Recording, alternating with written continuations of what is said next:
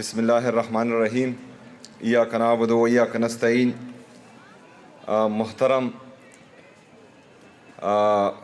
Cadet college کے students کے families, parents, خواتین و حضرات، cadet college girls cadet college Mardan کے پرنسپل، ان کے تمام سٹاف، ہمارے پارلیمنٹیرین عاطف بھائی، علی محمد بھائی، ارشد ایوب صاحب، شفیع جان صاحب، مردان سے ہمارے طارق بھائی، امیر فرزند بھائی، افتخار مشوانی صاحب، عبدالسلام افریدی صاحب، تمام دوستوں کو السلام علیکم ورحمۃ اللہ وبرکاتہ۔ علی محمد صاحب نے کہا کہ عمران خان صاحب نے مجھے کہا تھا کہ 11 میں آنا ہے۔ اچھا، وہ انہوں نے کہا نہیں تھا کہ نمبر 1 بننا ہے، نمبر 1 سے آپ دور ہی رہنا۔ ہماری جدوجہد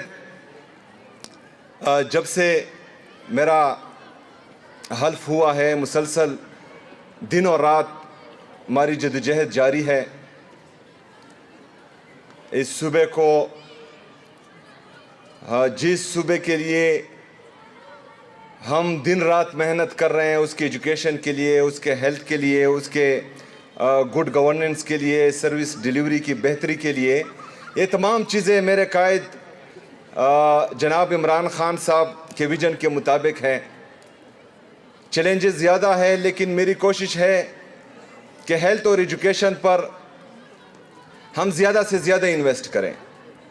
اور آج جو گرلز کیڈٹ کالج مردان میں نے اپنے صوبے کی بچیوں کو دیکھا، دوسرے صوبے سے آئے ہوئے اپنے بچیوں کو دیکھا، اوورسیز پاکستانی بھی یہاں پر جو ہیں اپنے بچیوں کو بھیج رہے ہیں اور یہاں تعلیم حاصل کر رہے ہیں، تو یہ ایک بہترین ماحول مجھے دیکھنے کو ملا۔ علی محمد صاحب نے کہا کہ یہاں شہداء کے نام سے ہم کیڈٹ کالج بنائیں گے، انشاءاللہ تعالیٰ ان کے نام سے بھی بنائیں گے، اور ہمارے 26 نومبر کے جو شہداء ہیں ان کے نام سے بھی بنائیں گے انشاءاللہ تعالیٰ۔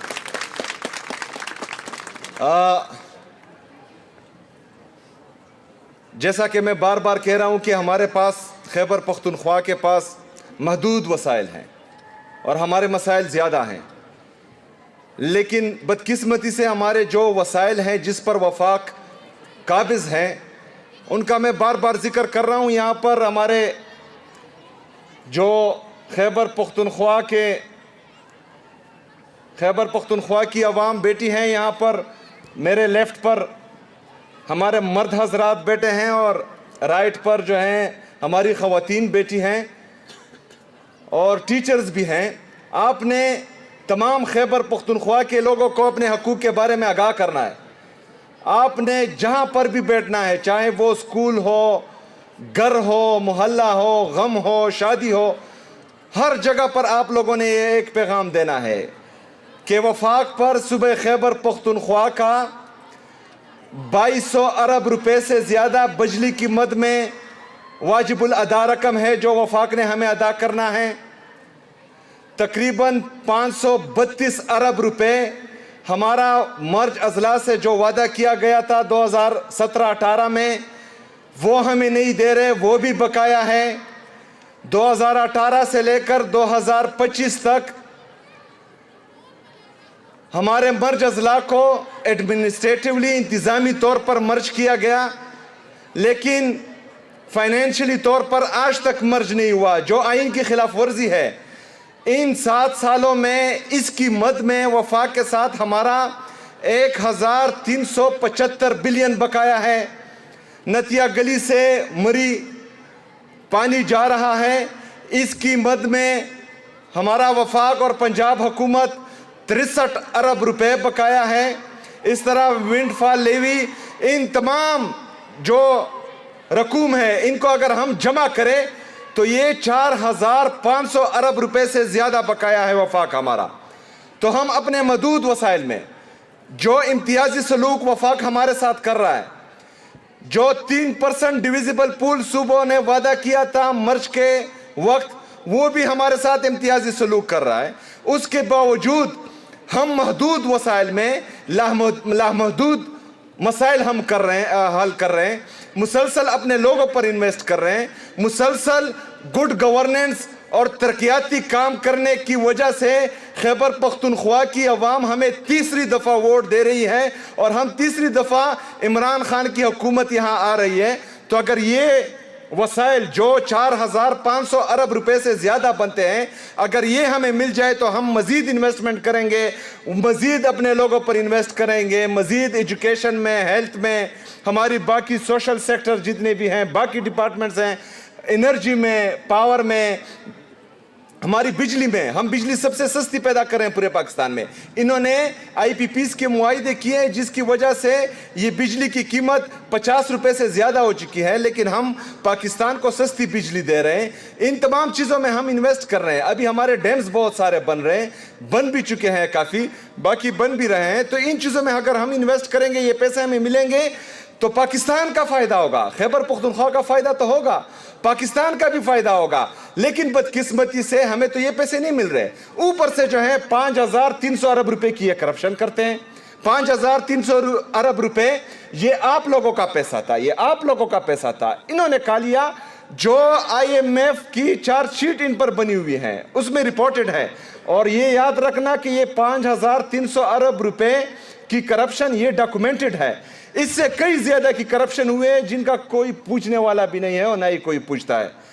تو میرے بھائیوں اور بہنوں، ہم نے مل کر انشاءاللہ تعالیٰ اس صوبے کو عظیم صوبہ بنانا ہے۔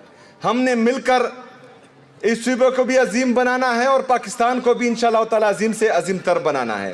اور یہ صرف تبھی ہو سکتا ہے جب ایک صوبے کے ساتھ، ایک پارٹی کے ساتھ، ایک لیڈر کے ساتھ امتیازی سلوک نہ ہو۔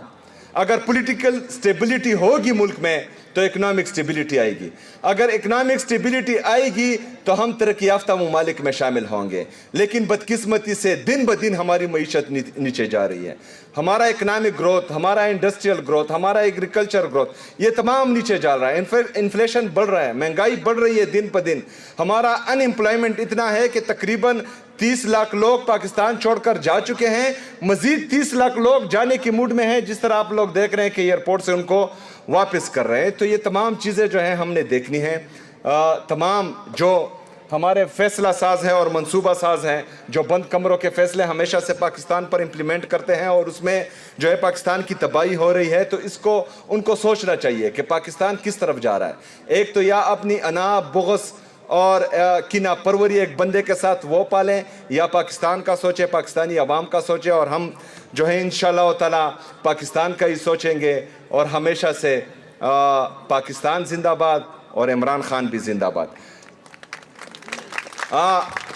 میڈم پرنسپل، ایک بچی وہاں پر تھی جنہوں نے پاکستان کا جھنڈا اٹھایا تھا، اور اس کو میں سلام بھی پیش کرتا ہوں کہ وہ بالکل ہلی نہیں، کیونکہ مجھے لگ رہا تھا کہ وہ جھنڈا جو ہے کافی بھاری بھی ہوگا، اور اس نے وہ جھنڈا ہاتھ میں اٹھایا تھا اور وہ بالکل جو ہے سٹیبل تھی۔ تو میری طرف سے اس کے لیے انعام ہے جو میں آپ کو بھیج دوں گا، اپنے جو ہیں پاکستان کا جھنڈا اٹھانے والی کو میری طرف سے انعام دینا ہے انشاءاللہ تعالی۔ دوسرا، جو آپ کی کالج کی پائلٹ ہے، وہ ہمارے فیصل جاوید سے نمبر لے چکی ہے، وہ بھی بہترین نعرے لگا رہی تھی۔ تو زینب کے لیے بھی میری طرف سے اعلان ہے، اور آپ میڈم پرنسپل سے اپنا انعام پھر وصول کر لیں انشاءاللہ۔ جو ہمارا بلڈنگ ہے، بدقسمتی سے جو 1.5 ارب روپے میں بن رہا تھا، لیکن وفاق کی طرف سے ہمیشہ ہمیں فنڈز کم ملتے ہیں، تو اس کی وجہ سے وہ 4 ارب روپے پر یہ ہم بنائیں گے۔ اور یہ صرف یہ ایک کالج یا سکول نہیں، یہ وفاق کی عدم ادائیگی کی وجہ سے ہمارے بہت سے پروجیکٹ جو ہیں وہ تقریباً 75% اسکیلیشن میں چلے گئے ہیں۔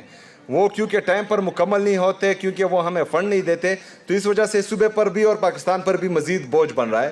لیکن بہرحال کیونکہ عمران خان صاحب کا ویژن ہے، ہم نے ایجوکیشن اور ہیلتھ میں انویسٹ کرنا ہے، تو انشاءاللہ تعالی میں کوشش کروں گا کہ آپ کے کالج کا بلڈنگ جو ہے وہ بائی جون کمپلیٹ ہو چکا ہو انشاءاللہ تعالی۔ اس کے ساتھ میں علی محمد صاحب کی موجودگی میں گرلز کیڈٹ کالج خیبر کا بھی اعلان کرتا ہوں الحمدللہ.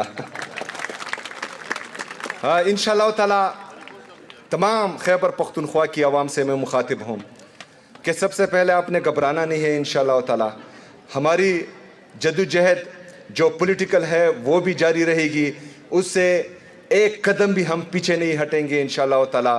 اور جو ہماری صوبے کے حقوق کی جدوجہد ہے, جو آپ کی جدوجہد ہے, جو میرے عوام کی جدوجہد ہے, وہ بھی جاری رہے گی.